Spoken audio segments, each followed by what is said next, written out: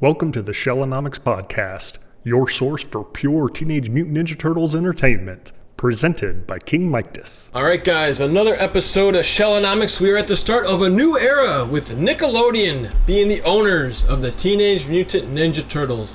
I still can't believe it. I never thought I would see that in my lifetime, that a big company like a Nickelodeon or a Disney would own the franchise I fell in love with many years ago. Today is a special day. We're going to be breaking down Season 1 of the 2012 series. We're back again with our buddy here, the Wikipedia of Ninja Turtle info, Christian, a.k.a. TMNTDERTALK, with his own amazing podcast in 2 languages. Christian, let's talk about this really quick here first, my friend. Some of these cartoons you told me before, they didn't release in your country. So when did you first get to hear about the 2012 series? Did you get it close to the time that the United States released it? Yeah, I did. Of course, I heard about it on the internet when the property was sold to Viacom Nickelodeon back then. And then, there's a new cartoon coming. It's a CGI and so on and so forth. Okay, interesting. And we got the show. We got the whole show. That's first up, because with the 2003, we only got the first 2 seasons over here. But with the 2012 show on Nickelodeon, we got all 5 seasons and was very happy with that. And we really got it close to the US release. I think it was like, a month or 2 months after the US release, we got it over here. So it was really close, and that was great. And also, we got the whole show on DVD. Also something that's not always a given with the TMNT shows. But I've got the whole show, all 5 seasons on DVD, and I'm very happy for that. Well, same here. This is the last, I think I did buy the Michael Bay movies. This was like some of the last TMNT media that I bought as well, besides this and the Batman movie, because it's getting harder and harder anyways, like you said. So, first thought of this. Now, it's been a couple years, to set the stage. 2003 Saga's done, Laird's done. I see these turtles, and I'm sorry, but I said, what the shell? This just, it doesn't look like a Ninja Turtle. I said it looks like Gumbies. How they're running, I didn't like. The preview made me really pull back. But then I forgot. I'm like, wait, Mike, you're going to be 30 years old soon. This is directed at kids. You got to give it a chance. This is not directed for a 28-year-old, At the time, I was born. So I'm like, all right, I'm still going to give it a shot. I could be wrong, but I believe in the States it was released on a Friday. And it was a nice 2-parter. Before we get into that, though, what did you think of the voice cast? Nickelodeon obviously has a lot more money than the other stations, so we're going to talk about a couple celebrities that pop on, but for the starting 4 here, your 4 turtles, did you like all of them? Oh yeah, when I first saw the first previews, you know how it is with CGI stuff. It's always hit and miss. But when I first saw the first preview of the show, I was like, okay, I'm still not 100% sure. I always want to be positive when it comes to turtles. Hey, something new, turtle stuff, always there for it. I was like, I don't know, CGI, you know how it is. Because the first thing when people heard that a new Nickelodeon show with the turtles was coming on, it's like, that's going to be for babies and stuff like that. And I'm like, come on, we're talking about Nickelodeon. Yes, they have funny stuff like SpongeBob, but they also created stuff like Avatar: The Last Airbender, which is a fantastic show. So come on, and it became one of the big one. I'm a big fan of the show, and as I said, the first thing. Do we want to know what the biggest problem I had with these characters? It was not. It had to do with the design. Not like there's like, I don't know about the CGI. But the biggest problem I had with the design of the turtles was they had 3 toes. TMNT always had 2 toes. This is the first show that the turtles had 3 toes, and it was like, This is tradition. You're breaking the tradition. You cannot do this. This was really the biggest problem I had. But I grew to love it, and I'm a big fan. And I realized that with CGI you can do stuff that you cannot do with 2D, like some camera movement and stuff like that. That makes really the action. We're gonna talk about it, I think. Oh, yeah. The action really fluent, and it's really its own thing. It really it did it the best it could. And yeah, talking about the voice cast, yeah. Honestly, I'm a big fan of the voice cast. I mean, they brought back Rob Paulsen. He was Raphael in the classic cartoon. Now he was Donatello, and I wasn't sure about it, but it totally worked. And we had others. Hey, Greg Sipes, didn't know anything about him, but he became Michelangelo. He was such a great Michelangelo. The goofy stuff, the serious stuff, he could totally do it. It was fantastic. Sean Astin as Raphael, great. And Jason Biggs at first as Leonardo, once again, wasn't sure about it, but it totally worked. Yeah, as I said, I wasn't sure at first, but after some episodes, I was like, okay, you got me. I'm there for it. I love it. The action is great. The humor is fantastic. I was laughing out loud sometimes. And overall, the whole stories and everything, the twists and turns in the stories, I became a really big fan of this show. And yeah, it also can get really dark and gritty sometimes. And so yeah, just my quick opinion on this show overall. We have the biggest shock in the world we're going to get to later on in the show. The biggest shock in the world that I don't think me and you ever saw coming. I can't wait to talk about that with you later on. But my thoughts with this voice cast, I'm like, wait a minute now. I like Jason Biggs. I liked him in the American Pie movies growing up. Did he fit as Leonardo? He did a decent job. I had no problem with him. Rob Paulsen coming back. Hey, the sarcasm's watered down a little bit now in the Nickelodeon verse, so... And they wanted to go a different direction with Raphael. I think Sean Astin did great as Raph. Greg Sipes, as you say, I'm very picky with my Michelangelos, as we've talked about in other shows. And he delivered. He knocked it out of the park. And Rob as Donnie, no problem there either. The other voices were great too. The only thing was, again, it's like, I'm a Mikey guy, but why is he not using his nunchucks all the time? What's this other weapon? Calm down, Mikey. It's like, calm down, Mikey, son. He'll get his nunchucks. Don't worry. But just first impression, I was like, ugh. But I'm going to watch it anyways. And before we get into it, one more question here. How did you like the theme song? I'm going to go first. I enjoyed it. I think it sets the tone and the stage of what this show is going to become. They pay a lot of homage to the original show that me and you grew up on. They have everybody down with nice, little character introductions. Decent action scenes. Again, it took me a while the animation, like you say, it had to grow on me a little bit, but I like how it was dark and they were kind of walking in the shadows to the degree. What were your thoughts on the theme song here? Once again, I thought it was cool that it felt like a remix of the classic cartoon with the Teenage Mutant Ninja Turtles. But after a few listens, I gotta say it's a banger. And still to this day, I like, hey, it really gets me into the mood for like, yeah, cool ninja action, let's get it on. I think the animation at the start is cool. Something they did with this show that I was always fascinated by is that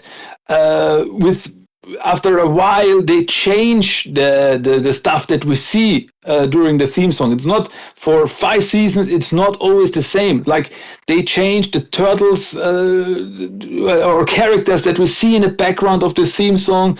That change. Like in season 2, we see Casey Jones suddenly in the background that we did not see in the first season, and just stuff like that. They changed it around with the theme song and the song for itself.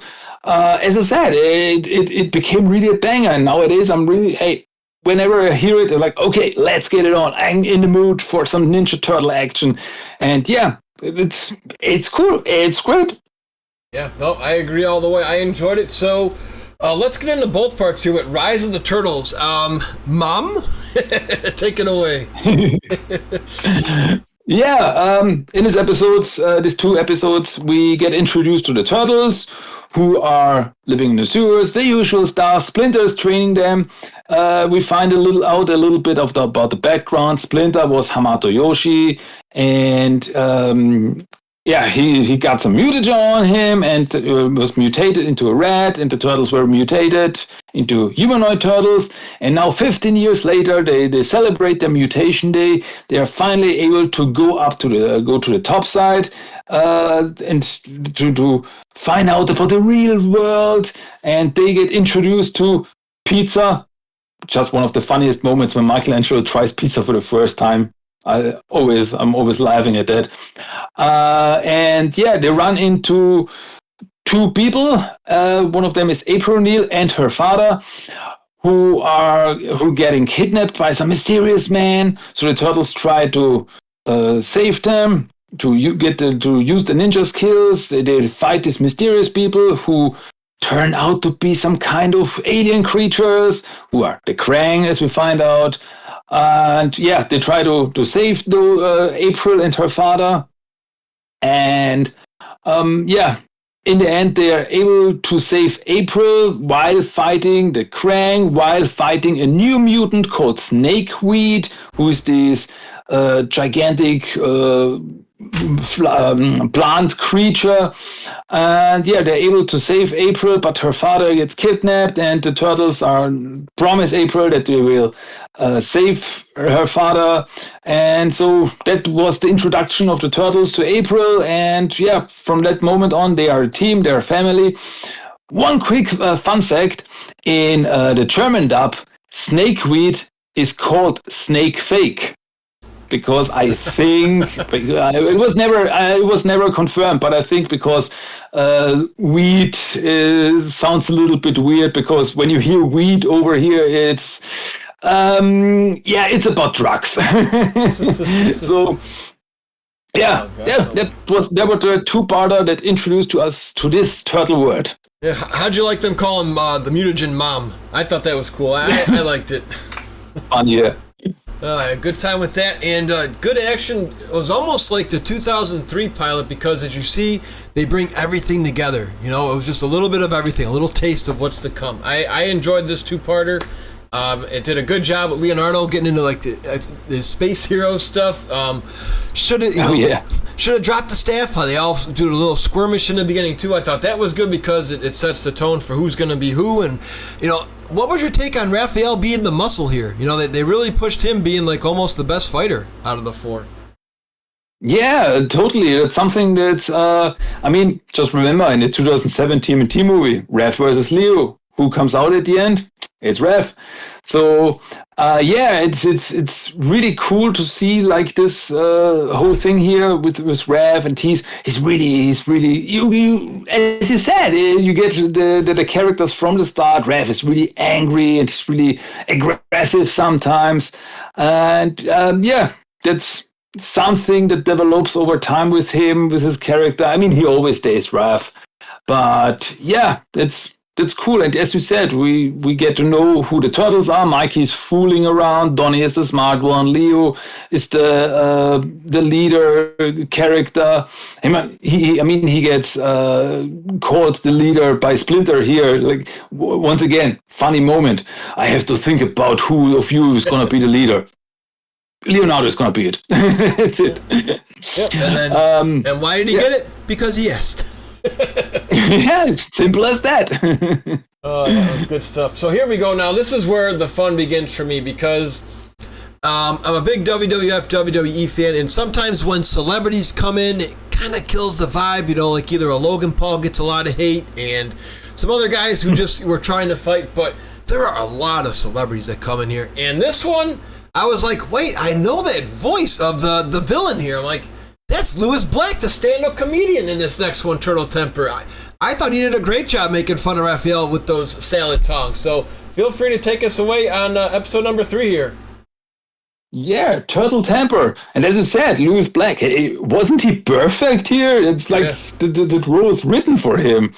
There's this whole thing where we meet a character named Wick, who causes the turtles some trouble because he uses his phone to film the turtles, and the turtles try to get this back from him because the world shouldn't know about them.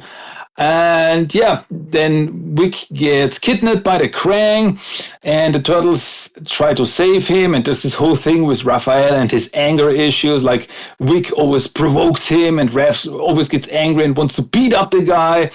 And well, in the end, Wick gets mutated into a mutant spider called Spider Bites by Mikey. That's also a thing that's introduced in this show, that Mikey is the one who gives the mutants their mutant names. And he calls him Spider Bites. And yeah, the Turtles fight him and the Krang. In the end, his phone gets destroyed and Spider Bites flees. So that story, well, that's pretty much it. It's the story. The story is over. And everything turns out fine. But well, once again, another mutant out in the city. Yeah. Yeah, man, showing Raphael with his anger issues again, totally fine. It's not beating a dead horse in your opinion. We enjoy those stories from time to time, and I like this little take on it. So, coming into our next one though, would you like a friend request on Facebook, Christian? A new friend, old enemy. Oh, of course. Yeah, it's once again, it's a very cool episode. One of my favorites of the early ones, I gotta say, because first off, it's very interesting that Mikey, we see Mikey. He wants friends. He wants to go out in the real world. Wants to talk to real people. That's so Mikey. And so April introduces him to social media, and he looks up one of his favorite martial artists called Chris Bradford, and they become friends online, and then they meet up. And well, unfortunately, in the end, it turns out that this Bradford character is working for the Shredder, a mysterious new character that we don't know about in this show, but he's a bad guy, and Splinter knows something about him. Like, oh, he's a bad guy. Don't come too close to him. So there's a big fight with Bradford and his partner Xavier. And gotta say, the action in this episode is fan-freaking-tastic. The final fight between the Turtles and Bradford and Xavier is just so cool, so good, so fluent, so... Yes, just so good. And yeah, they beat them up in the end. And well, there's a wonderful little moment at the end when Raph talks to Mikey, because Mikey is frustrated, like, oh, I will never get a friend. And Raph's like, hey, you deserve better than such a psycho like Bradford. And hey, we still got me, and we're buddies. And so, nice little brotherly moment there. Yeah, again, cool episode, great episode. Yes, fantastic. You get to see Raphael again, just with more character development. All four of them do get the love in this show, as you'll see as we go on. And I didn't mind Bradford at all with the Chuck Norris kind of homages, kind of the way I think they were going with that. the Facebook parody. Also, the shell cells starting to come up with the do do do do do do do do when they get the ringtone. So again, just little Easter eggs like that, just for OG fans like us, it's exciting to watch, because we're like, you got to keep your eyes peeled for what is going to drop next that we may miss. So here's another one that I enjoyed. This one. This is almost like, the name of the episode is, I think his name is Baxter Stockman. Maybe they were paying homage to the old one, Dr. Polydorius from our episodes with Rebel Without a Fit in this one. Yeah. First off, the ringtone for T-Phone is also a ringtone of my iPhone. I took the awesome. same one. Yeah, awesome. I've got my own T-Phone. That is so cool. So yeah, we're getting into the fifth episode. I think his name is Baxter Stockman, where we get introduced to Baxter Stockman, who is this frustrated inventor who wants to get revenge on his employer that he got fired from, and he's got like this robotic suit that he uses. And well, the Turtles run into him, and as I said, the whole name thing, because throughout the series, that's a running gag. The Turtles never get his name right. They're like, oh, it's Dexter Stinkman. It's Baxter Stockman. And but Donnie has built a T-Bot, which is like an iPod with music, from some weird technology, and Baxter gets his hands on it, and well, it transforms his robotic body into a into a real threat. So the turtles have to fight him, and together they are able to stop the Stockman bot. And so in the end, they are able to defeat Baxter Stockman, and that's our first introduction of this Baxter Stockman. I didn't mind him too much. How about you? He's not my top. I think me and you both still love the 2003 Baxter the best, but I would say he's not the worst Baxter out there. No, absolutely not. As you say, he's really different if you compare him to the 2003 cartoon, because this Baxter Stockman is he's smart, but he's a little wimpy, more like the classic cartoon Baxter. I gotta say, he's not that arrogant and he's a little bit arrogant, I gotta say. He really thinks that he is the smartest one, but as soon as Shredder or someone comes in, it's oh, I'm sorry, boss. Not like the 2003 cartoon where Baxter got mutilated over the show, and still he was talking back to Shredder. It totally works. It's fine. It's a cool Baxter. It's an interesting take on Baxter. Yeah, exactly. No, I agree wholeheartedly. Coming to our next episode is Metalhead, and while you describe this episode, I want to hear your thoughts on this Splinter. My favorite Splinter is always going to be the original Toon Splinter, because Peter Rennie just did such a fantastic job with his voice acting for us in the States. I learned a lot of lessons from him, and this Splinter is actually my second favorite. I really like the voice acting, and I love the lessons he teaches too. Yeah, absolutely. This is always very interesting, because this Splinter, he can totally kick butt, but he's also very smart, very caring. But if needed, he gives the turtles a smack on the head. I really like him with, as you said, with his lessons, because it's not always with this with the Splinter, that he's always you have to always do the right thing, never fight dirty or anything. In this version, Splinter is a good ninja never does harm. Until he has to do harm, then do really harm. And he's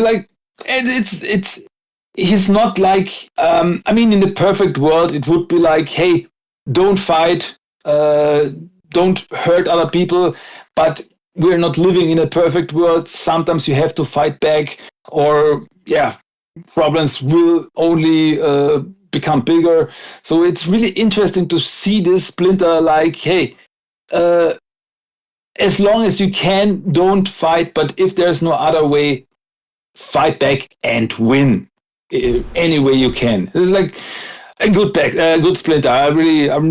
It's really an interesting character. It's he's got some more facets. It's not he's not only he's the good master, the good sensei, but there's more to him. It's a very interesting character. Yeah, and he's got a little comedic side to him too, which you don't really see too. I mean, I made a funny every now and then, but I just like his tone.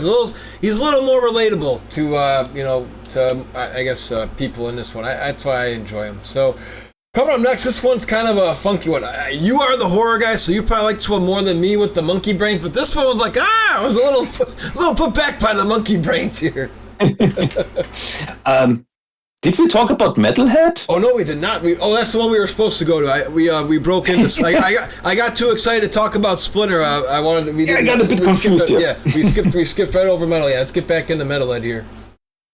Yeah, because quick one, Donnie builds Metalhead because he's frustrated that he's fighting with a stick, and he builds Metalhead, a little robotic turtle. I'm really big fan of this design of Metalhead. And it works really well for him. He's remote controlling the robot until the Krang are able to take him over the Metalhead, and then Donnie has to come in and he has to use his brain to fight his own invention, and his brain and his stick. And he's able to stop Metalhead, but Metalhead is still a part of the gang. He's still there. As I said, I like him, and that's pretty much it. It's a quick recap here.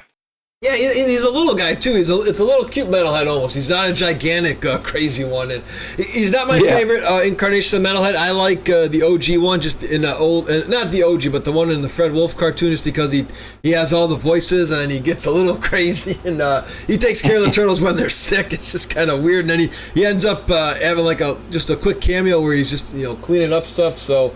But nonetheless, I did enjoy this one, and I like Donatello's take on it, and again, I like Splinter's lecture here. So. Anyways, though, I think I'm just too scared, so I want to blow over this episode real quick. Joking, but yeah, monkey brains. Look out. Yeah, once again, very interesting episode. It's like setup episode for some things that happen later. Because in this episode, April wants to find her father. So she's like, okay, there's still like other scientists disappearing over the city, and they find out about Dr. Rockwell that disappeared, and they talk to Donnie and April. They talk to Dr. Victor Falco, who's working with Rockwell, and then they run into a mutant monkey that Rockwell apparently was experimenting on, and this monkey, it's got like these psychic powers that it can feel like the thoughts and the feelings of others, but in the end, it turns out that Victor Falco is actually the bad guy because he was the one who turned Dr. Rockwell into a monkey. And this is like the first one where we see April. There's something more with April because she can feel what the monkey is feeling. She's like, hey, I know that he is Dr. Rockwell. I can feel it. It's like, it's like some kind of psychic powers. And yeah, and in the end, we've got a really cool fight because the whole story is about Donatello overthinking too much, all this stuff, and sometimes he just gotta act in a fight and not think about it too much because the Falco is using like some kind of drug on him that makes him psychic, that he can see what Donatello is thinking and like react before even something happens. Like he can see what he's gonna do, and so Donnie has to stop thinking, and then Falco cannot read his mind anymore, and Donatello is able to defeat him, but he disappears in the end, and maybe he will come back later. Interesting Donnie episode there. Yeah, and Donnie gets a lot of love in this. I don't know if it's because it was Rob Paulson, but a little twist on Donnie too. Oh, actually, I didn't get to ask this. How did you enjoy this crush he had on April? It was kind of, I don't want to say short-lived, but, were you okay with it? Yeah, I mean, at first it was a bit weird, but come on, he's a teenager. He sees a beautiful girl, and it's understandable, and it gets some interesting storylines later on with Donnie's crush on April, and like he's a mutant, she's a human, so could it be possible? And it's very interesting. It became like, I don't know, it became like a running gag over the show. Like it always comes back, but sometimes it gets a bit more serious. And it's like this whole thing, this trope, like could they, should they? Like, I didn't mind it. It was kind of cute.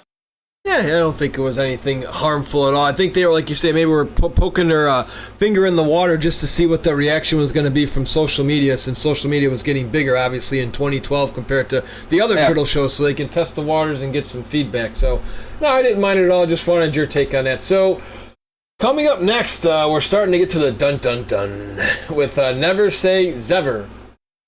Yeah, in this episode, we get introduced first off to Mr. Murakami, who's like this blind man who is running this Asian restaurant where the turtles go to. And then we get introduced to the Purple Dragons, who are these three characters in this version. And, Sever and Bradford, they are still going after the turtles because Shredder told them so. And, so in the end, the turtles fight the purple dragons, and because they want to lure out the purple dragons want to lure out the turtles, so they attack Murakami, they kidnap him, and there's this big fight in the end with Sever and Bradford, and they're able to save Murakami, who turns out knows that even though he's blind, he knows that the turtles are, turtles. But he's totally fine with it because they are good guys. He knows that they're good guys. That's cool. And yeah, the turtles are able to defeat the purple dragons and defeat Sever and Bradford in the end. So pretty much everything turns out fine. Once again, quick little fun fact here. Mr. Murakami is voiced by Seb Shimono, who was Lord Norinaga in the 1993 movie, in the Turtles 3. That's what's cool. That's what I mean. You just gotta pay attention to all these little Easter eggs and details here. We got a lot more special celebrity voices coming in too, which gets me ultra hyped, including an April down the road. So that one's good. That was one of my favorites. Here we go though. You want to talk about action? Let's get right into this one, the Gauntlet. Oh, dude. Well, this episode starts with the introduction of Pitch and Beat, who comes up to April because he was a prisoner of the Krang, and her father sent him to get April a message where he is, and the turtles try to rescue him. That doesn't work out, but the turtles and April find out that the Krang want to use a mutagen bomb in the city, so the turtles have to stop that. Sever and Bradford find out about this too, and there's a big fight between the characters. And yeah, and then, unfortunately, Bradford and Sever get some mutagen on them. But before that, the Shredder appears for the first time in front of the turtles. He's like, okay, I take care of business now. And dude, from the start, you realize this is no joke. This Shredder is deadly serious. He beats up the turtles. I mean, there's some scenes, like some moments in this episode that are like taken directly from the first comic book, from the fight with the turtles between the turtles and Shredder, and it's like some callbacks, like awesome. And as I said, Shredder, like, he beats up the turtles, almost kills them, but then he sees that Bradford and Sever, they have been mutated into a dog and a fish, and the turtles are able to escape just because of that distraction. And yeah, so first run in with the Shredder, and dude, he's badass. He's really a problem. He's not your classic Shredder. He's not the funny Shredder. He's serious. He's out for blood, and that does not really change over the course of this series. So yeah, Shredder is no joke here. If it wasn't for the 2003 Shredder Christian, he'd be my top Shredder. I love the voice acting. I love how lethal he is. He can hold his own, and he's just out for revenge. And like you say, he's no good. Fantastic fight scenes, too. I like how Mikey tried to get him for a little bit, like the grappling hook. He was trying to get some action with him, but Shredder's like, And it reminded me of the 1990 movie, too, where he's like, I go myself. Yeah. He just headed up here with all his minions. Just a quick little break before we get into our next episode. How are you liking these new mutagen monsters? There's no Bebop and Rocksteady yet, and I'm okay with that. Yeah, I mean, you know how it is with stuff like this. It's like, okay, they want to sell some toys. Okay, yeah. And I'm just looking behind me, and I've got all the TMNT toys behind me. It's like, yeah, it works. And yeah, honestly, it's like, okay, some new characters. That's fine. We have some classic characters, and we get more classic characters later on, but it's always cool to get some new characters. And I gotta say, I always liked like Bradford and Sever, or as they will be later called, Dogbound and Fishface. They got some. It's some interesting twist there, because like this big hulking dog, and on the other hand we have this fish who later gets some robotic legs, and he's fighting like like this capoeira style. It's very cool. Once again, we get some really cool action scenes, and it's interesting. It's cool. I'm fine with introducing new characters if they work in the story, and in my opinion, they really work. They are fine in this version. It's good. It's good. Yeah, no, I agree all the way. It's because it's a breath of fresh air. Otherwise, you could just watch the old show. You know, like you say, they're trying some new things, and as you see, they'll get back to our OGs. Don't you worry. They're just trying it out. You know, it's a brand new show, Nickelodeon's first attempt at a Turtles animated series, and it works because you're gonna see, as this goes on, it wasn't Turtle Mania that we grew up with, but it was. I would say this one I think was more popular than the 2003 series as a whole. Right? Am I right? Just because of how they mass produced so many things, with all the toys they had. The Turtles 2003 had board games, but this one had tons of board games, little things that we grew up with, like little, toothbrushes, and it seemed like it was a lot more flooded in stores compared to the 03 show. But moving right along, we're almost coming to the halfway point here with Panic in the Sewers. Yeah, and this, Bradford, it's funny because, I think it's cool because the show really takes its time with the characters. Just look at Bradford as Sever. Like, we get introduced to them, but they're not immediately mutated or anything. It takes some episodes, like, okay, now they're changing. And it's the same here when, Bradford, who is now dog-bound, caught by Mikey, is out there, but Sever, who is now a fish, cannot just go out. He's not, okay, I'm going out into the city. Because he can't breathe in the air, on air or land. He needs water, so he's, fish face, Sever is like sidelined now. So Bradford, aka Dogbound, is now out, and Shredder tells him to use some chemicals and flood the sewers with these chemicals that will explode.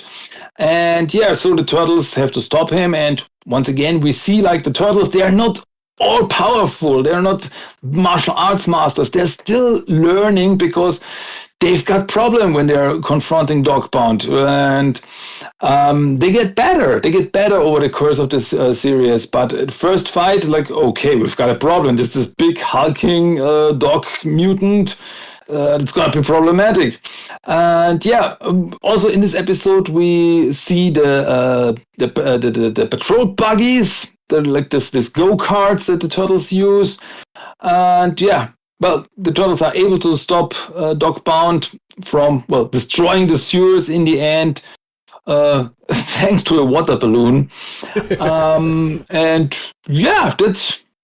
it, I gotta say. Yeah, no, I agree. I guess real quick, too, is how are you enjoying Leonardo's TV show? I had so much fun watching those tidbits. That was also so cool with the show that every season they had a new TV show that the turtles were watching. And here we get introduced to Space Heroes, who's like this Star Trek parody. And it was always so funny, this Captain Ryan, the Captain Kirk parody. And it was so funny, it was so cool. And with this Leonardo, it really worked that he's got this nerdy side to him, and he's into the sci-fi stuff because he's got to be serious, he's got to be the leader. But when he unwinds, he's just checking out some episodes of Space Heroes. And Leo always tried to be like Captain Ryan, to be the big leader, and it was really cool. It was really something funny that they did with the show, with all this other show, the show in the show that they introduced. I'm a big fan of that idea. I don't have it in my notes, but I'm wondering if you remember. There's one episode where he slaps somebody, and then Leo does it, and the turtle's like, "What are you doing?" Remember? Do you remember what episode that was? Yeah. I think you mean it was in the first episode, or the second episode, because that was also a running gag that Captain Ryan was always slapping someone, and then Leonardo tried it when Mikey was going crazy. I've seen this brain creatures running around, and everybody's like, "You're nuts!" And and Leo slaps him like, "Did you just slap him?" Yeah, I tried to calm you down. How should this calm me down? I do remember that. Okay, good. I didn't remember that spot. Oh yeah, see, this is just a great, fun show, and you can see as we're getting more and more into episodes here. Now we get some more comebacks here with Mouser's Attack. Yeah, as the title suggests, the Mousers attack. Yeah, we get the Mousers introduced, and Baxter Stockman is back. He's got the Mousers, and he's sending the Mousers after the Turtles. So there's a big fight there, and Dogbound also gets involved. The Purple Dragons are also back. It's a big crazy fight there. And the cool thing is that in this episode, in the end, Baxter gets introduced to Shredder, and Shredder's like, "Hey, I see you've got a brain there. You're pretty smart with technology, and I can use that. So you're working now for me." So that's the start of that relationship, and yeah, so just a cool episode with the Mousers getting introduced and the Mousers going after Turtles once again. Some big fight scenes. Pretty cool.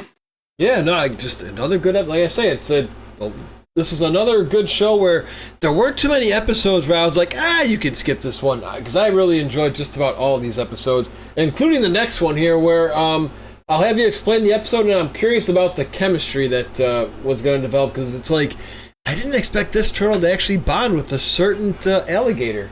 So take it away, and it came from the depths. Yeah, exactly. In this episode, we get introduced to this version of Leatherhead, who is this mutated alligator that was experimented on by the Krang. So he's really got a problem with the Krang, and he was stuck in their dimension, and he was able to escape to Earth with a power crystal of the Krang. And the Turtles run into him, and he's like this very aggressive character. He's just like I just want to beat up Krang. I just want to eat some Krang. And but Mikey is the one who really bonds with him, who gives him his name, and he's like, "Hey, I see that you." It's like he sees that he is not evil. He's just like a tortured soul, and he really calms Leatherhead down. And yeah, it's really nice. It's just this whole thing is really nice. They really bond there. It's really wonderful, and once again shows what a wonderful soul Michelangelo is. And yeah, so in the end, so the Krang, they go after Leatherhead. They want to get the power cell back. So the Leatherhead gives the power cell to the Turtles to take care of it, and he beats up the Krang, and so that's pretty much the end of that for now. So yeah, the Turtles have a power cell, a Krang power cell, and we get introduced to Leatherhead. That's pretty much it. Yeah, no, I like this one. I thought it was cool that, again, because Mikey's trying to see the good in him, and it just gives Mikey some good character development. Because again, it's like we said, how many times I gotta say it? I'm very picky with my Mikeys, and I like to see this side where he's always not. It's okay for him to be a ding-a-ling and act silly and crazy, but when it comes down to it, when the chips are down, you can always count on Mike. So big ups to him for standing up for Leatherhead and getting that bond in there. And now we've got the next one. Kind of ironic, this is the 13th episode, and of course it's got to be something spooky with I, Monster. Yeah, I, Monster. If you may remember, there's a certain episode of Tales of the Teenage Mutant Ninja, a certain comic of Tales of the Teenage Mutant Ninja Turtles that's also called I, Monster, where we get introduced to the Red King. And here we have a very interesting twist on the Red King, because we meet Victor Falco again, and he's experimenting on some stuff and some mutagen, and something goes wrong. There's an accident, and he gets disfigured, and he turns into the Red King. He gets the ability to control rats, to talk to rats, And so he wants to get revenge on the turtles, and he's even able to control Splinter for a while.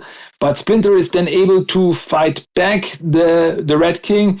It's in some ways it's very reminiscing of the classic cartoon episode Enter the Red King, where like we also had this scene like Splinter is under control of the Red King, but the turtles like talk to Splinter, you know, you're good, you can fight him, you're stronger than him, and well, it works in the end. So Splinter in both episodes fights back the Red King and is able to defeat him.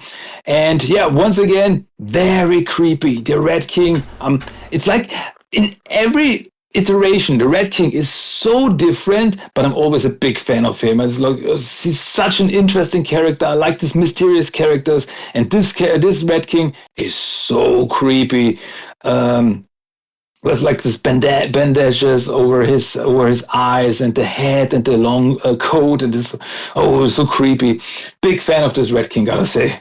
Same here too, and yes, as our good friend Christian has given me, like we said in a previous episode here on Shellonomics on Spotify and YouTube, some summer school for me, late summer school, reading these Tales of the Ninja Turtles. We just finished the Rat King one, and hopefully you guys subscribe to our channel because you're not going to want to miss those episodes because I can't wait to talk about Rat King in that one. So, oh man, thank you again, my friend. Anyways, coming up to another one here, we get a familiar face a familiar face to us, but to these 2012 Turtles, she's a new face with New Girl in Town.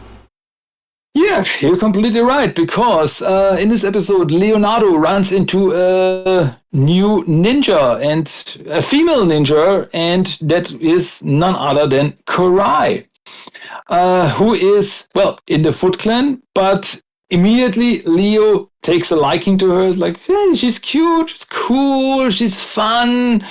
She's like a little bit on the bad side, but she's cool.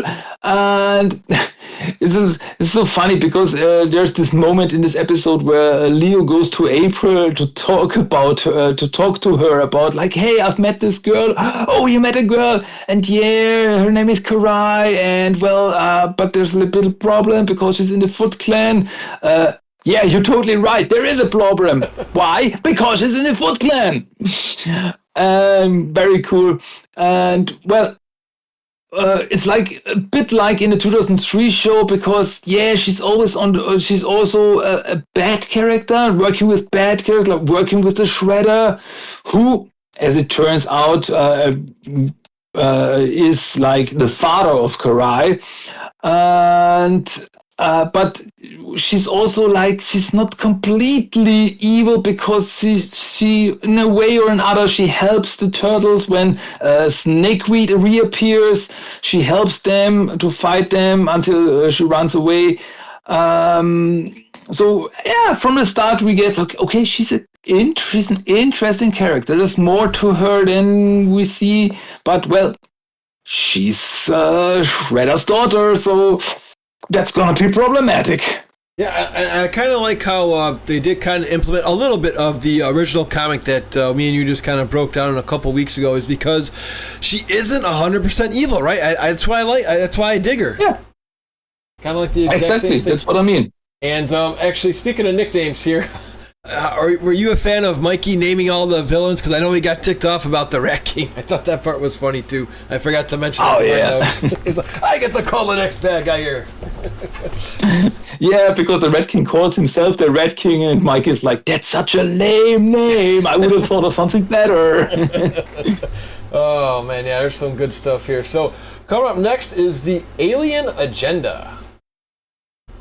Yeah, once again, the Krang are up to no good. They are, the Turtles, they're actually going to April's high school, because there's like this woman who attacks April, and well, that woman turns out to be a robot sent by the Krang.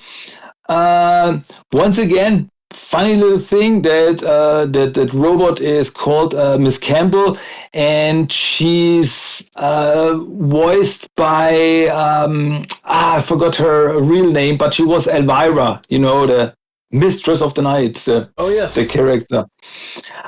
And yeah, but the Turtles find out like, okay, the Krang are working to get like DNA samples from everything, and the turtles they go to this Krang lab, and Karai finds out about this, and she's like very interested in these aliens, and it's funny because she goes to Shredder, tells him, but there are some aliens out there that want to like cause trouble for Earth, and Earth, we're living on Earth, and Shredder's like, I don't care about this at all. I just want my revenge on Splinter. But Karai is like, okay, I'm gonna check it out. So she goes there, and which is really funny thing because there's this whole thing where during the fight, like Karai presses all the buttons and all these DNA samples get mixed up and get mutated and turned into a mix and match creature.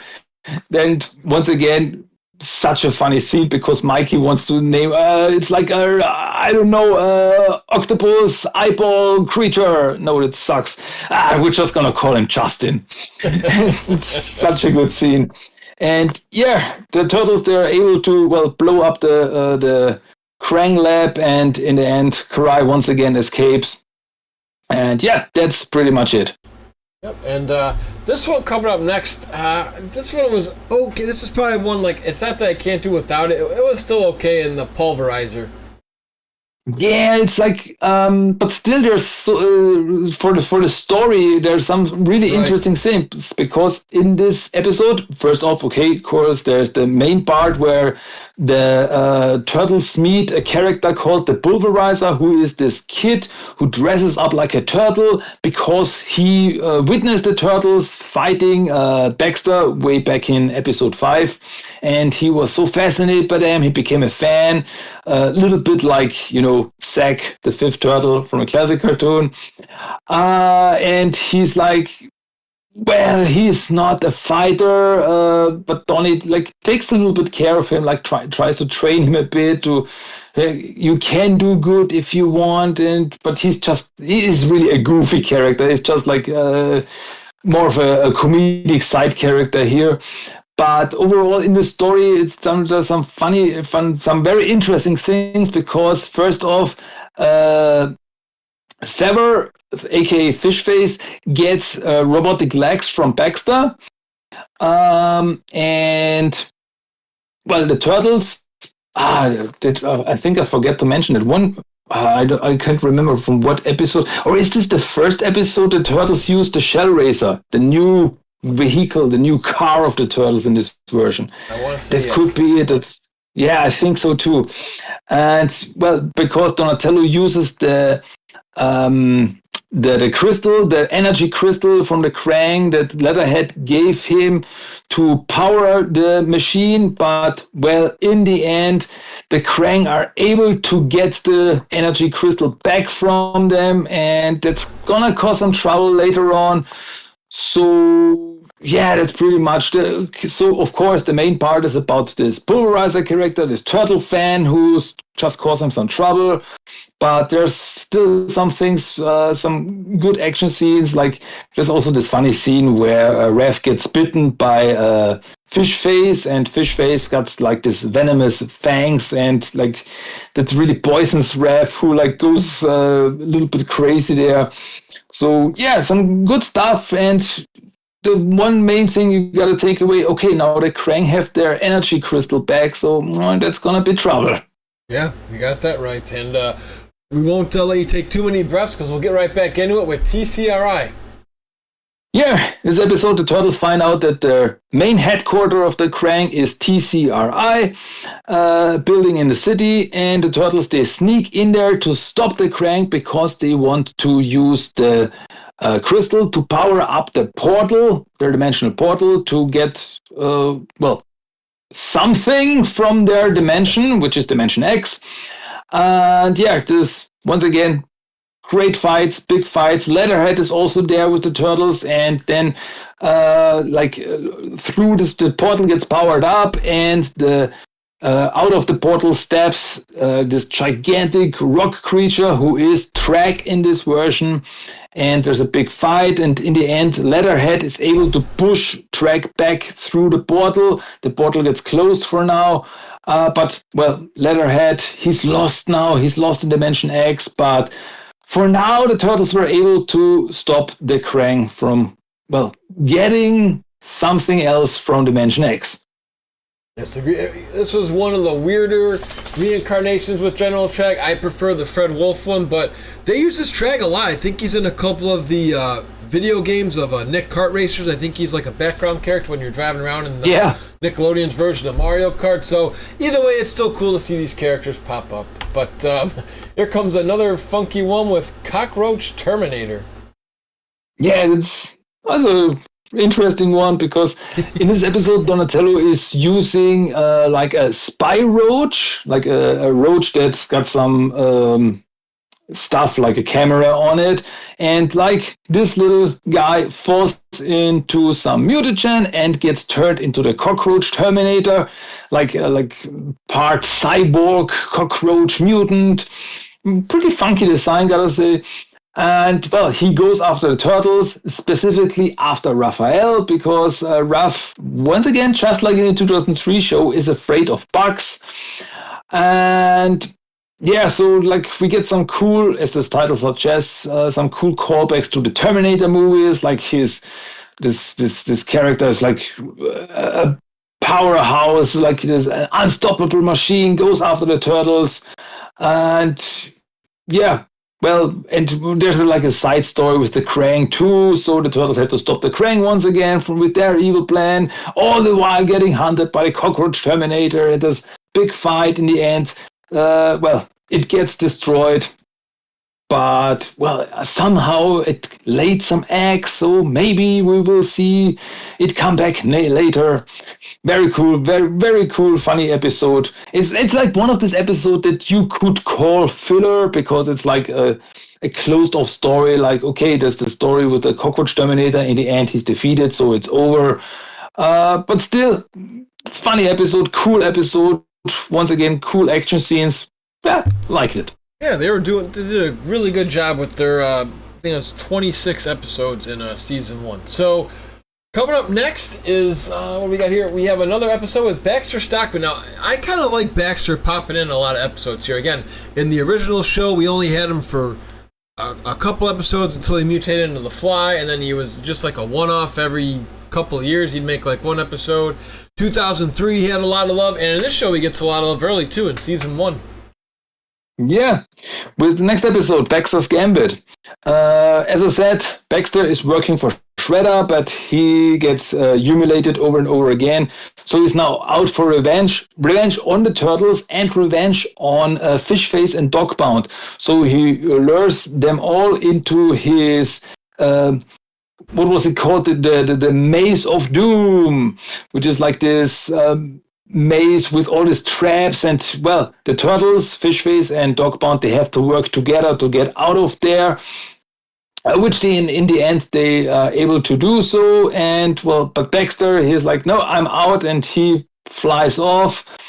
And, yeah, well, and then the Turtles, Fishface and Dogbound go separate ways, like, okay, it's been a long day, we're gonna fight some other day. So, yeah, pretty cool. I always like this, like, this stories where the bad guys and the good guys, they have to work together, but they don't really trust each other. And yeah, it's cool to see like Baxter trying to get some revenge. Once again, he's like more on the funny side in this version, but he's still like pretty smart. Like he built this whole thing. It's pretty cool. And yeah, but I guess that's it. Yep, nope, exactly. And I forgot, this is, let's see it, you may recognize it. Do you know the movie Surf Ninjas? Yes, with Ernie Reyes Jr. There you go. Do you know that Karai is actually in Surf Ninjas? You mean Kelly Hu? Yeah, isn't that awesome? I did not remember that. It's been a while since I've seen the movie. Yeah, so there you go. I try to get anybody who's never seen that movie to watch it at least once because I enjoyed it. I think, in my opinion, it's Rob Schneider's greatest movie. Obviously, Ernie Reyes, for our Turtle fans, it's a good one to just enjoy. The comedy's great. The movie's pretty cool, too, with the video game spot. And you get Leslie Nielsen from The Naked Gun. You get a whole bunch of other characters. I won't ruin it all for you in case you've never seen it, but I do recommend checking it out because you get Karai in that movie too. So take it away in the next episode here, The Enemy of My Enemy.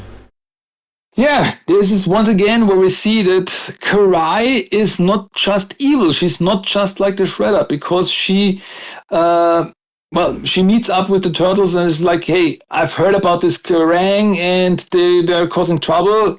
My father does not care about them, but I think they could be trouble. So there's this whole thing where they're working together for a bit, and Shredder, on one hand, he's at the docks because he's getting some weapons from like this weapons dealer called Steranko. Could he be another character later on? We will see.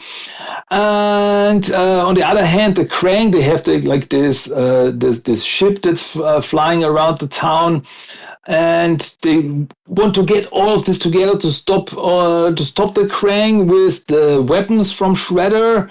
But the turtles, they think, hey, we can also use this whole thing because Shredder is there. We can stop Shredder. So they, some way double cross Karai because they attack Shredder. And this is the moment like, hey, I trusted you, turtles. Our deal is over.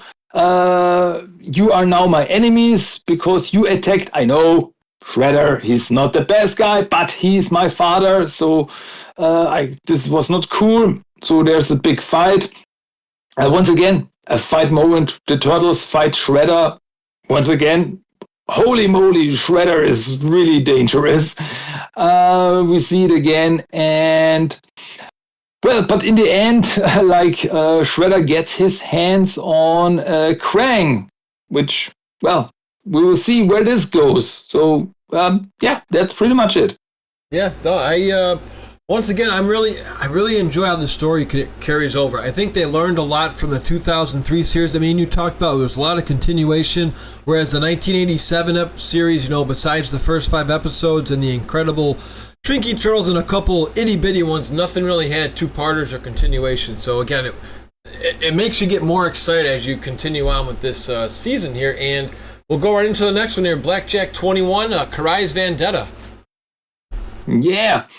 In this episode, the turtles once again have to stop the Krang because they are at this underwater base, and the turtles, we get introduced to the turtle sub, and they go down there to stop the Krang, and they run into this underwater monster creature.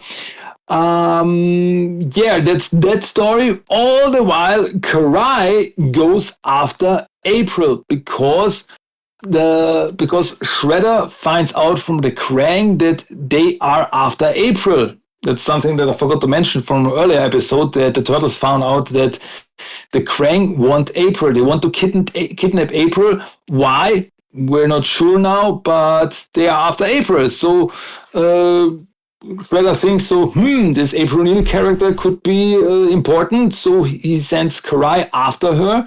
April doesn't know who Karai or what Karai looks like, and so she meets her, and they're like, hey, you're cool, we could be friends, but then Karai shows like, hey, you know what? I'm Karai. And there's like this whole chasing, like Karai chases after April. They have a little fight, and April is actually able to get away from Karai because she's fighting back because April was training with Splinter for a while. So now even Shredder is after April, so the turtles have to take care of her. They have to look after her, and that's that story for now. Yeah, it just keeps getting better and better. We're running out of episodes here, guys. I believe we've got 5 more, and we're gonna come back with Mr. Pulverizer, and the Pulverizer returns. Yeah, just as the title suggests, the Pulverizer returns. He is back in the Turtles' life, and he's actually running with the Foot Clan now. And the Turtles like, you know that they're the bad guys. Like, no, they're cool. They're just some cool ninjas. I want to be a ninja too, you know. And the Turtles, they want to get him away from that. And but well, the Foot Clan, they get their hands on some mutagen because they want to power up their ranks too. And the Pulverizer is the first one, like, hey, I want to be a cool mutant too. Well, that doesn't work out because he gets some mutagen on him and he turns into like a freakish glob creature. And well, as I said, he's a funny little goofy character, but this whole thing, it was so tragic. Like he wanted to be a superhero, but he became like this mutant freak. And well, the Turtles, they are able to like contain him, and they bring him to the Turtles lair. And Donatello's like, I will find a way to bring you back, to turn you back into your normal self. So it's like, oh, it's really a sad story there. But I gotta say that I think in this episode is one of my favorite gags of the whole show. Like at the start when the Turtles, they are fighting the Foot Ninjas and they're like, hey, we're getting better, we're able to defeat them, and Mike is like, yeah, they're just like level 1 enemies, and they're like, hey, this is not a video game. And then one of the Turtles like, oh, I found some coins, and you get the coin sound from Super Mario Brothers. It was one of my favorite gags ever. Again, especially for guys like us who grew up in the 80s and 90s. I mean, they made the show for kids, exactly. But it was just fun. You know, again, I don't have kids, and I didn't have kids at the time, but this would have been a great one to watch with my son or daughter if I had one, because they would enjoy it, as would I, looking for all these Easter eggs that we continue to get in every episode. Exactly, yeah. Now, this one was a little weird because, again, I'm just double-checking on Wikipedia here. We had a little bit of a break in the action here. The Pulverizer came out in May of 2013. We didn't get the next episode until July, so we had almost like a little summer vacation of Turtles here. So, again, it wasn't as bad as waiting, months and months like 2003, like we talked about those little gaps in episodes here in the States. But we did have an itty-bitty of a gap here for Parasitica. Yeah, once again, a pretty creepy episode, little horror style there, because the Turtles, they run into another mutant experiment of the Krang, like this mutant wasps. And, it's Leonardo first who gets stung by like this mutant wasp, and he like gets very weird, very zombie-like, that he wants to protect like the egg of the wasp. Like we have to check it out. We don't have to destroy it. And well, it's like a little bit zombie-like because the Turtles, they get bitten by each other after a while, and they turn into this zombie turtles that want to take care of this egg where this parasitic web wasp comes out. And well, in the end, Donatello is tries to create an antidote, but he gets infected himself. So Mikey is the only one who's left, and actually Michelangelo is the one who saves the day, who saves his brothers from the parasitic wasps, because he actually remembers what Donatello was telling him, like, hey, you have to do this and this and this, and then we have an antidote, and he's able to do it. He brings the Turtles back, and so as we always say, as we said before, like Mikey, when he really puts his mind to it, he can be one of the best. And here he proves it once again that he is able to do great things. So yeah, cool, funny, little creepy horror story there. Yeah, and so far we're getting down to the end here. Is there anything you change about this show? Right now, I'd say no. I really enjoy how every turtle gets their own little spotlight in their own episodes. There's really nothing I'd change how they were going with all 4 of the Turtles in this show.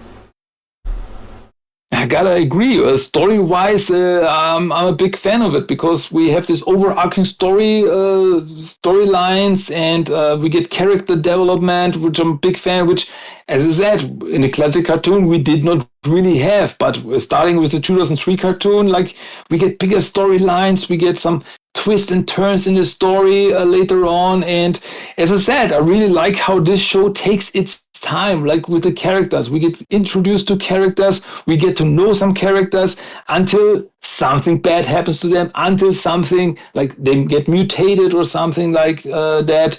So it really, it's cool that they take the time with the characters so that we get to know the characters. And yeah, big fan. Yeah, you bring up a good point too. Just like with Chris Bradford, like they didn't get mutated immediately. So again, you get to bond with them, and then oops, they get the Nickelodeon slime, so to speak, because Nick was big into slime back in the '90s. So, anyways, though, my friend, another one coming up here in Operation Breakout. Yeah, well, Donatello is the one who finds out where April's father is held, and he wants to prove himself, so he goes there to like this. It's like there's some holding cells where the Krang are keeping some of their prisoners. Donatello is able to sneak in there, and he's able to free Kirby O'Neill, April's father. But he also frees another character, like an alien Newt. That's very Punisher-like, who goes after Donnie, who goes after the Krang. There's, he's called, Donnie calls him the Neutralizer. Once again, very funny scene because Donnie calls him, he's like a newt, we can call him the Neutralizer. Oh, don't tell Mikey that I named him. He's really sensitive about this.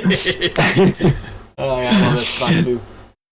So yeah, this is our introduction to the Neutralizer. Very interesting character. Like he's really brutal.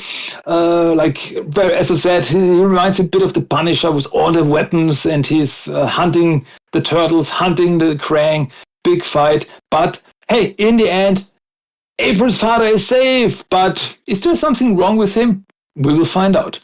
You got that right. Just wanted to poke your brain for a second, not to stump you, just to get my own little Shellonomics here. I like how they called him Kirby O'Neill. I'm sure that's for Jack Kirby, but was April O'Neill's father in any other turtle incarnation before this? Yeah, he was like mentioned here and there, like in the classic comics, he was mentioned, but he never took on a big role here until this. Okay. Cool. I try to remember, like, no, that's what like the first. I mean, later with the IDW comics, he was in there with April's mother and April's father, but he really in the 2012 cartoon he really took on a bigger role. Nice. Overall, yeah. Is this the first time we get his name Kirby as well? Because I'm still trying to deep dive into the 80s and 90s comics, so I wouldn't know. Did they ever mention his name? I try to remember now. Yeah. I mean, in the IDW comics, we know it's John. Okay. But in the Classic Mirage comics, I don't remember his name or if he even was mentioned. Right. It was definitely not Kirby. It was definitely not Kirby because Kirby was another character in the comics. I wonder if this was their way of paying homage to Jack Kirby, even though it's not, the comics. I think so. I'm guessing so, yeah. So, anyways, my friend, this is it. It's nitty-gritty time here. I had a little bit of chills hearing that something was coming back in these two for Showdown. I like it. I want to hear your thoughts, and take it away, buddy. The last two in Season 1. Oh boy, what a season finale it was. Well, it turns out that Kirby was still under the control of the Krang, and he is bringing April, he's kidnapping April, bringing her to Shredder at first, who gives April to the Krang because they are working together now. But Shredder uses this to lure out Splinter to finally confront him. All the while, the Turtles, they are trying to stop the Krang from finally opening the portal to get something. At first, they seem to succeed, but no, they're not. The Technodrome comes out of the portal, comes to Earth, this gigantic machine from Dimension X, ready to take over the world.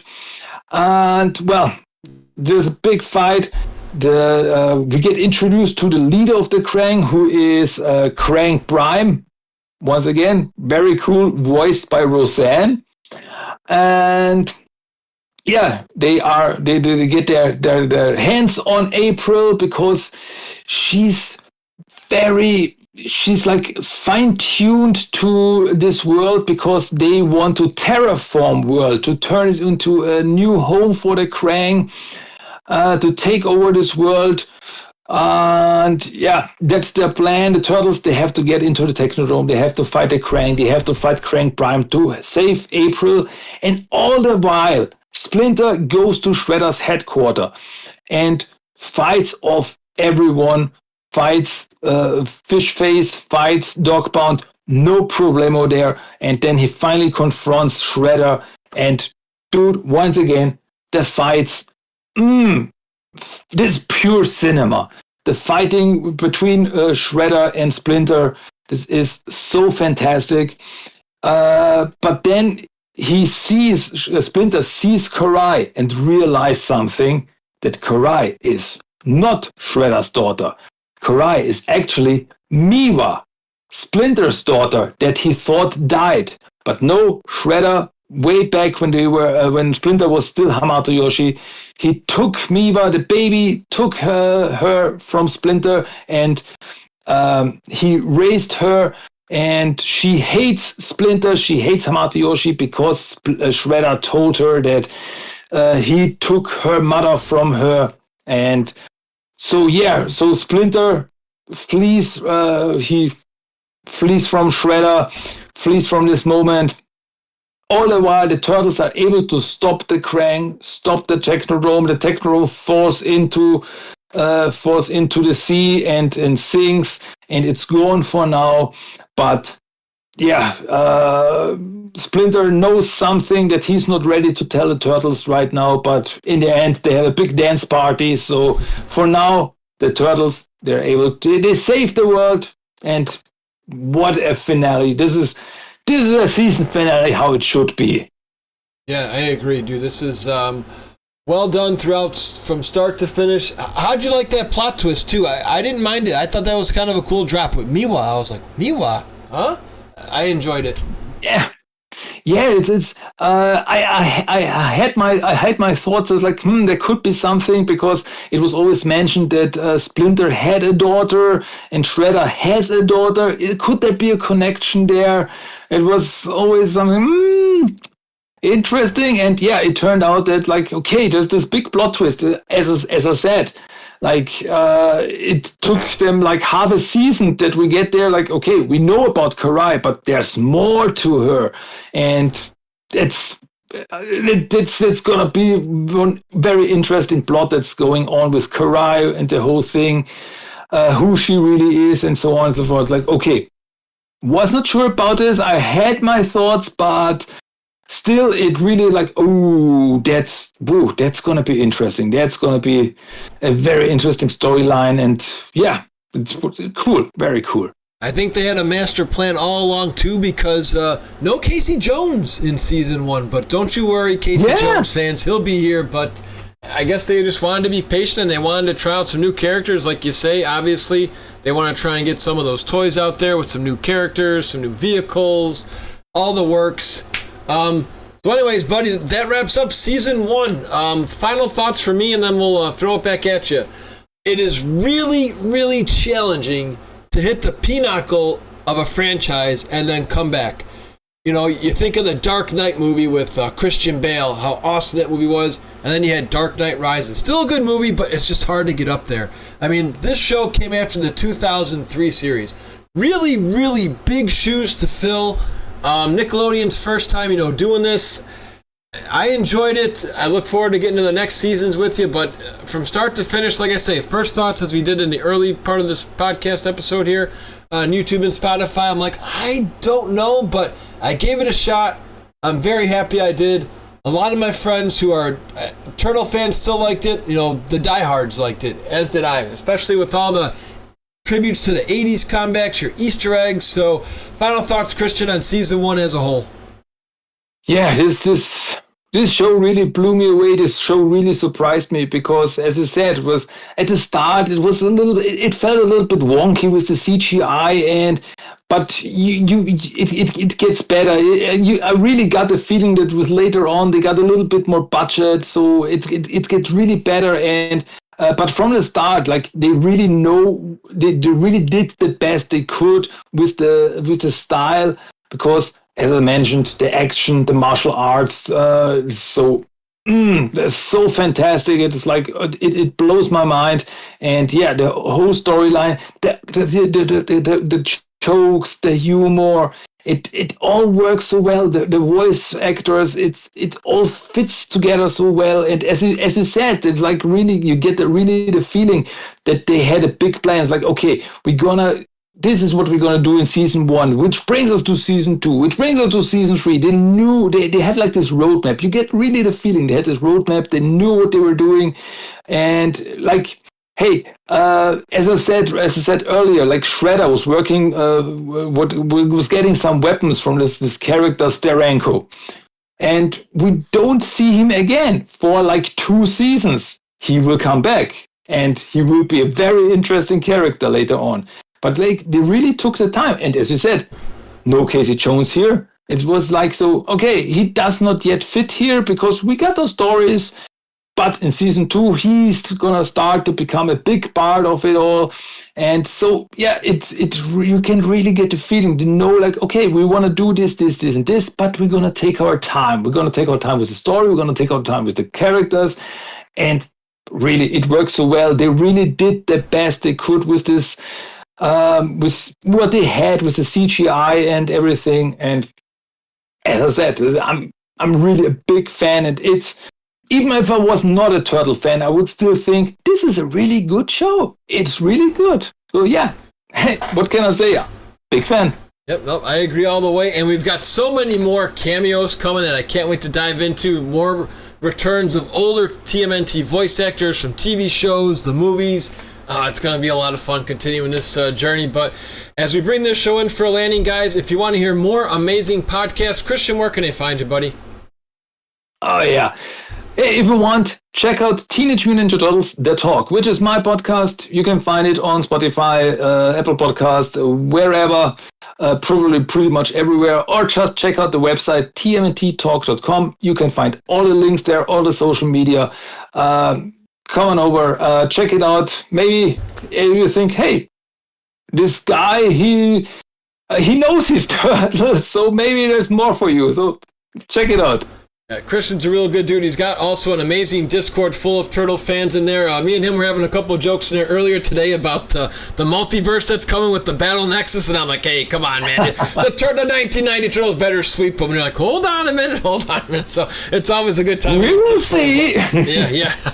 Always a good time over there too, my friend. You've got a great community. So, as always, my friend, thank you so much for your time, and hopefully we'll see you back real soon. Oh, you can bet on it, my friend.